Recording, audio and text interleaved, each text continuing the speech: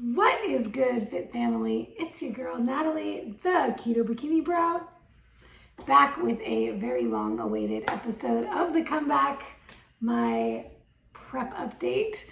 Oh my goodness, I have a lot to fill you in on, but first, if you haven't subscribed, please click the subscribe button, hit the notification bell so you always know when another video is coming. Let's get into it.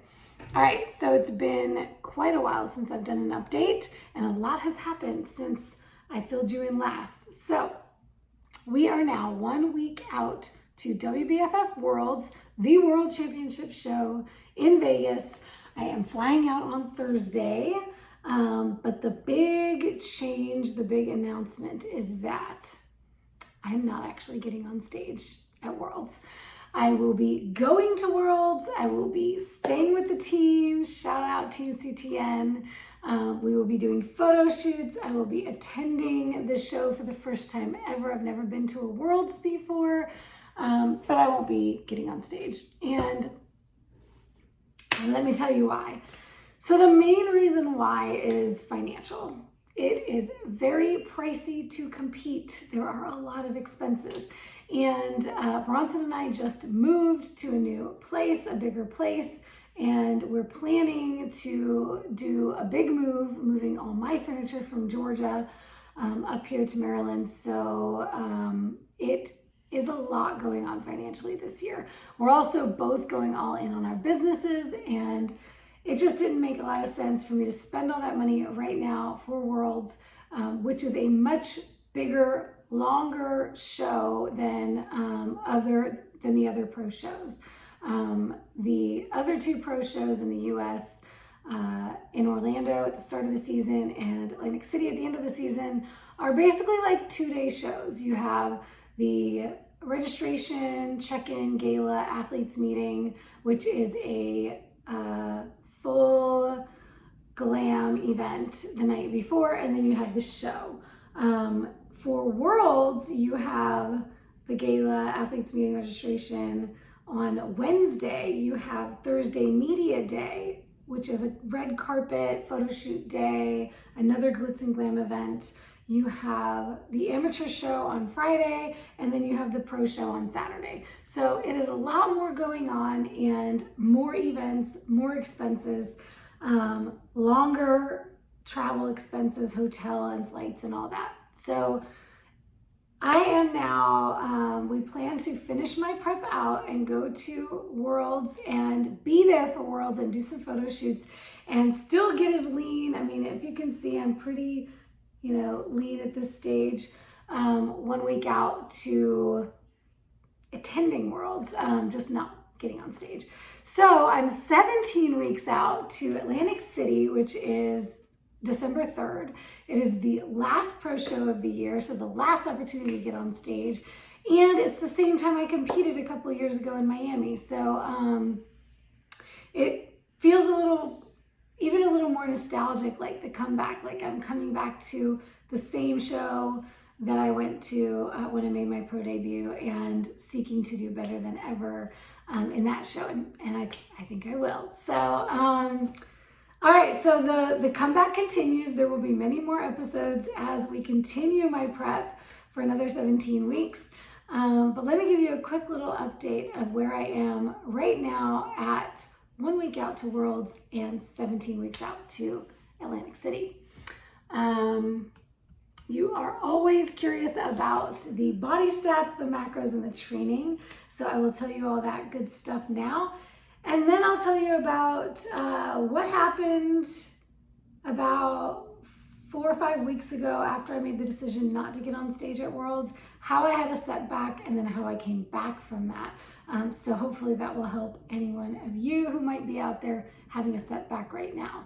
So my current body stats, as of this morning, I'm sitting at 117 pounds. My lowest this whole year has been 116 and some change. So I've been sitting right around there. My body has been doing this weird fluctuation with the weight on the scale this week. Not really concerned about that. Likely a fluid balance thing. So it was 116, it was up to 118, 119, back down to 117. It can do what it wants to do. I'm doing what I need to do. That's all I care about. So 117 pounds as of this morning, 17.2% body fat as of this morning, which is the lowest I've been this entire year. And that is to say 17% is actually where I was when I did my DEXA scan in 2020, the week of my show. So that's very promising, very exciting. This 17% is according to InBody. So DEXA would likely have me a little bit higher than that. No big deal. It's a really comfortable place to be right now. So 17% body fat for 117 pounds is about 20 pounds of body fat on my body right now. So that's not a lot of body fat in pounds. I am sitting at 54 pounds of skeletal muscle mass right now. Feeling really good there. That's the highest I've been all year. Well, give or take, 54 and some change has been my highest muscle mass. So it seems like I'm still getting some recomp along this journey, which is exciting. Building muscle mass, burning body fat. That's what we want. My current macros. Guys, my protein macro has not changed this entire prep. I'm still at 150 grams of protein. If at 117 pounds, that's more than 1 gram per pound of body weight. Not lean body mass. Lean body mass is just under 100. It's like 90 something pounds. So it is more, it is about 1.5 times my lean body mass. And definitely more than my body weight. And I'm happy there. My body likes this much protein. 15 total grams of carbs because I do a carnivore lifestyle. Give or take a couple of things like coffee, creamer in my coffee that is not dairy creamer. So there's some things I eat that are not animal based, but for the most part, carnivore. So very, very low carb. And then my fats now are at 70 grams. This is the lowest they've been all year. I do not go super low fat, but I also don't jack the fats way up because we are cutting. So we want to cut fat from our bodies. So we just lowered my fats, I want to say a week or 2 weeks ago, from 80 grams to 70 grams. So my body is liking this. It's not causing me any problems. Pretty happy here. And it's pretty easy to manage macros wise. Training wise, I'm still doing 5 to 6 days a week. Body part splits. So I have a shoulder day, I have a back day, chest and legs. But sometimes with my schedule, I just do chest and then I do 2 separate leg days. Sometimes I do chest and legs together and then I have another leg day. And then I have, shoulders, chest, legs, back, biceps and triceps, so arm day, and a throwing in abs and calves, either with other workouts or separately. So yeah, a good 5 days a week. And I listen to my body in terms of rest days. If I need a rest day, I take a rest day. It's not like I wait 5 or 6 days and then take a rest day. A lot of the time after a leg day, I need a rest day. So that might be 2 rest days in the same 7-day period. I'm not really worried about that. I do my training, whatever training was next that I didn't do yet, I do that after the rest day. So I listen to my body, give it the rest it needs. For cardio, we increased my cardio because I was in need of moving the needle. So we increased my cardio from 20 minutes to 30 minutes, 5 days a week, and that is HIIT style training. HIIT can be very taxing on the body, so unless you are working with a coach and you have a very specific goal and you're on prep or something of that nature, I wouldn't recommend that much HIIT in a week. Normally, I don't do that much HIIT in a week. This is prescribed, so I'm not encouraging or recommending anybody do that. I typically would say don't do more than 1 or 2 HIIT sessions in a week, and I wouldn't do them typically for 30 minutes. If I am feeling really taxed and difficulty recovering, I will do a LIS instead. although we're dialing things in, so coach really wants me to just stick to the plan. So 30 minutes of HIIT 5 days a week and 1 day of LISS 45 minutes. And that usually looks like a walk outside. I can get my sun, I can get some nature, and it feels really good for my body. I try to do that on rest days and not like in addition. So very specific from coach. We're not adding anything to this. We're not taking anything away from this. We're being very specific, following the plan. That's how we know whether it's working or not. And it really has been working. So a little story time. I have my notes there that I'm checking. When we went out to KetoCon at the beginning of July, so about 5 weeks ago, it was right after we made the decision for me not to compete at Worlds, and I was feeling kind of bummed about not getting on stage, and I was losing steam a little bit with prep. I had been like really going gangbusters. I was on fire. I was so fired up about it. And we went out to KetoCon, and there were, you know, all the vendors with all of the keto products, and I just let myself enjoy. And I didn't track, I didn't weigh, I didn't nail my macros. I didn't weigh myself every day either because we were in a hotel, and so I didn't have access to a scale. I did continue to do my check-ins with coach, my photos and videos, so that kind of kept me on track. But I know I was eating probably way too much fat, probably a lot more carbs than I usually do, because all of those keto products, you know, they add sugar alcohols, they're adding fibers, they're adding things that I typically don't eat. I was grazing all day, just kind of instead of eating meals, going up and down the vendor hall and just grabbing things here and there. Some of it was great stuff like Piedmontese steak and oh my gosh, what's the other one that I love? So Peterson's bacon and sausages and stuff, but also very fatty. Keto brick, I was going a little too hard on the keto brick, which is a lot of fat. And then all the other like Nush pancakes and oh my gosh, the nut butters and just all kinds of things that I normally don't consume. So a lot of grazing throughout the day, where typically I'm doing 2 or 3 meals a day. So my body got used to that very quickly after only 3 days. And when I came home, I was hungry all the time. I was craving. I was wanting to snack. I wasn't wanting to eat real meals. And I really wanted keto bars and all of this stuff. And we came back with a lot of that stuff. So I would like dip into the stash and have a keto bar and fit things into my macros. But really what I was doing was going over my macros for another whole week. And my body felt inflamed. My recovery was suffering. I was going backwards on the scale, putting body fat on. And my mindset was being affected. You know, I was getting back into this like cheat meal mentality. What can I fit in, and how can I sneak this in, and what can I get away with? So I checked myself. I saw what was happening, and I was like, this is not who I want to be. It's not how I want to show up. And obviously it's not going to get me to the goals I'm trying to get to. So I had a coming to Jesus with myself, checked in with my coach, gave him all the honesty and just told him what I was doing. And it was time for a reset. So what did I do to pull myself out of that funk and to get things moving again?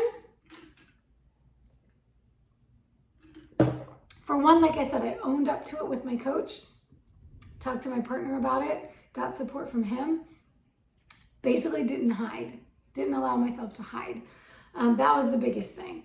And then I reflected back on what my long-term goals are, my deeper why. Why am I doing this? It's not just about being shredded. It's not about the pressure of being on stage and all of that. It's about feeling my best in my body on a day-to-day basis, optimizing my life, optimizing my health, being able to perform as an athlete, being able to train optimally and recover optimally, having good gut health, not getting sick.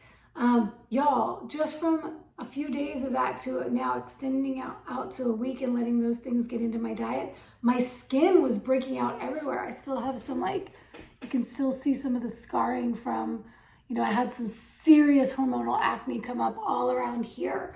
I was starting to get sick again. I was getting like all of the congestion up here from putting dairy in. My gut was out of whack from putting all those fibers in and then trying to get them out again. So, you know, my bowels have been changing this week or the last couple weeks as I took the fibers back out again.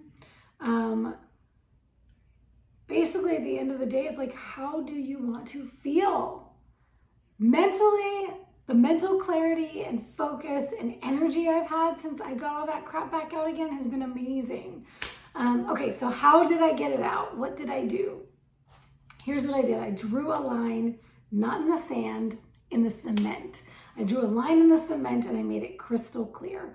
And I said, okay, I know that these foods, these hyper palatable, sweet tasting foods are hijacking my brain. So I made a commitment. It's a challenge that I've put out there many times before to cut out all sweet tastes from my mouth for an entire week. I wanted to do it. I originally was planning on doing it all the way up until show, 21 days. The only thing sweet I allowed myself is my electrolytes, my LMNT in my water, which has never been a trigger for me. But for others doing this, if it's a trigger, I would take that out too and just use salt. Salt and potassium and magnesium in another form. But for me, it's not an issue. So my electrolytes were the exception, and everything else came out. I didn't even use stevia or monk fruit, which I would sometimes use if I was doing a baked, protein pancake or something. So I took all of that out for, I think it was 10 to 14 days. And after the first 3 to 4 days, and I heard all the things in my mind trying to bargain with me about, why we should just do it anyway. And I was like, nope, I committed to this, 100% non-negotiable. My palate completely changed to the point where I made a PSMF bread loaf and I used a flavoring that I got from OO Flavors. OOO Flavors is the company. They don't use sweeteners, so it wasn't sweetened, but it was a cornbread flavoring. And shout out to my girl at the Keto Village. She told me it's really good in the bread. So I tried it and oh my gosh, it tasted so sweet to me. I had to go to the website and double check that they didn't put a sweetener in it. Because my palate had changed that much in like a 48-hour period, something like that tasted really sweet. So it's powerful what these things do. If you've never taken sweet tastes out of your mouth and you're a person who's addicted to sugar or has this sweet tooth, I challenge you to try it because it changes the game. It changes your brain, it changes your body, changes your mindset. I am back better than ever. That first week of taking the sweeteners out, I nailed my macros, my new macros, because we cut my fats, we added cardio. So with cutting the fats, adding the cardio, nailing my macros, nailing the training, and not eating anything triggering, I dropped 5 pounds that week and I was right back to my lowest ever. So, y'all, there's something, if it's holding you back, challenge yourself to get rid of it. And if you're having resistance to letting it go, you probably do need to let it go. It's not good for us to be overly attached to anything in life. So I'm big on detachment and challenging yourself to live without something that you think you can't live without. That was the most powerful shift, and I'm back. I'm better than ever. I feel freaking amazing in my body right now. I'm gonna go out, have a blast in Vegas, not let this become another setback, but actually let it pump me up and inspire me, because I know seeing everybody on stage will do that for me, and doing the photo shoots will do that for me. Being with my team, I can't wait to meet my teammates. All the girls I haven't met that are on Team CTN.